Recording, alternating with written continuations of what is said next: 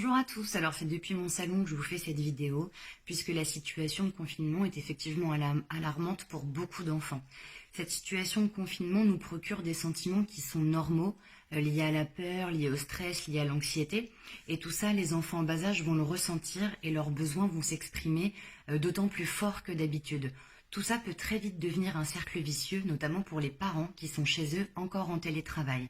Il y a de nombreuses personnes qui continuent de travailler, qui n'ont pas de possibilité de garde, et il faut du coup être sur tous les fronts en même temps. Beaucoup ont qu'un seul enfant à s'occuper, ça demande déjà beaucoup d'attention, et d'autres ont aussi des enfants qui ont besoin du coup de recevoir leurs cours à domicile.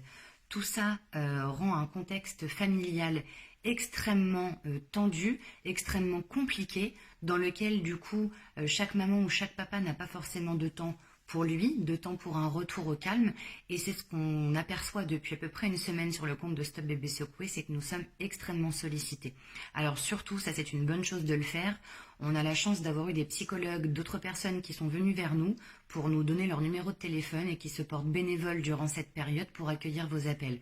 On fait au mieux, on essaye de gérer les demandes du mieux possible. Il n'y a surtout pas de honte à avoir besoin d'un coup de pouce. C'est normal, vous ne pouvez pas tout faire, vous n'êtes pas des surhommes. Et c'est pourquoi c'est important de continuer à vous tenir informés, continuer à vous dire, avoir un petit coin de la tête. C'est vrai, il y a Stop Bébé Secoué qui existe. Jusqu'à maintenant, j'aurais jamais imaginé que ce soit possible de secouer un bébé, mais je ressens des émotions qui sont relativement difficiles pour moi à gérer. Je ne dis pas que je vais le faire, mais que je peux comprendre comment on peut en arriver là.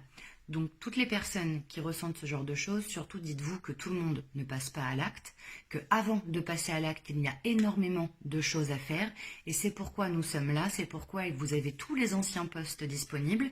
Nous avons fait une story à la une intitulée « Confinement », où vous allez pouvoir retrouver des sources, on s'appuie sur des contre-sources aussi, que ce soit des exercices de respiration, que ce soit comment trouver un moment pour vous, comment essayer de trouver une petite bulle d'apaisement dans un quotidien qui n'est pas facile à vivre en ce moment. Mais surtout, gardez en tête que non seulement les enfants n'y sont pour rien, même si vous avez l'impression que ce sentiment, c'est eux qui vous le procurent, n'oubliez pas cercle vicieux, essayez vraiment de changer votre quotidien, changer vos habitudes, même si vous devez travailler, imposez-vous des limites et trouvez comment faire, parlez-en, échangez et n'hésitez pas à contacter vos proches. Dans tous les cas pour prendre de leurs nouvelles bien évidemment, mais parce qu'il n'y a pas de honte encore une fois à dire j'ai besoin d'un coup de main, j'ai besoin en tout cas d'extérioriser ça. N'hésitez pas non plus à changer de pièce et à crier, à sortir toutes ces émotions négatives que vous avez en vous. Trouvez chaque chose qui peut vous faire du bien. On me dit souvent, oui, mais même aller aux toilettes, je peux pas y aller seule. Effectivement, c'est compliqué, ça l'est pour plein de gens. Par contre, le facteur risque de secouement de bébé, c'est aussi l'isolement social. Donc l'isolement social, ça passe par le fait de se concentrer sur ce mal-être, sur tout ce qui est anxiogène et stressant pour nous, de ne pas oser en parler, de rester isolé avec sa détresse.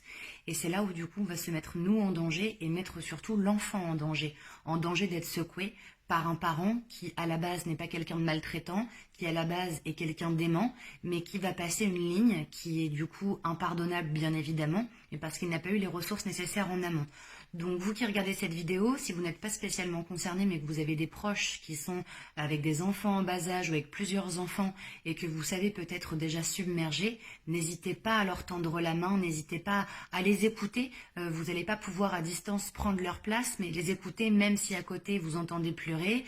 Mais voilà, essayez comme vous pouvez de vous aider les uns les autres. La solidarité n'a jamais été aussi importante qu'actuellement. Stop Bébé Secoué est là également pour vous aider. Nous ne sommes pas spécialement nombreux de base, mais il y a beaucoup de structures vers lesquelles on peut vous renvoyer. Et surtout, passez l'information autour de vous. Quoi qu'il arrive, surtout, ne passez pas à l'acte. Ne secouez jamais un bébé.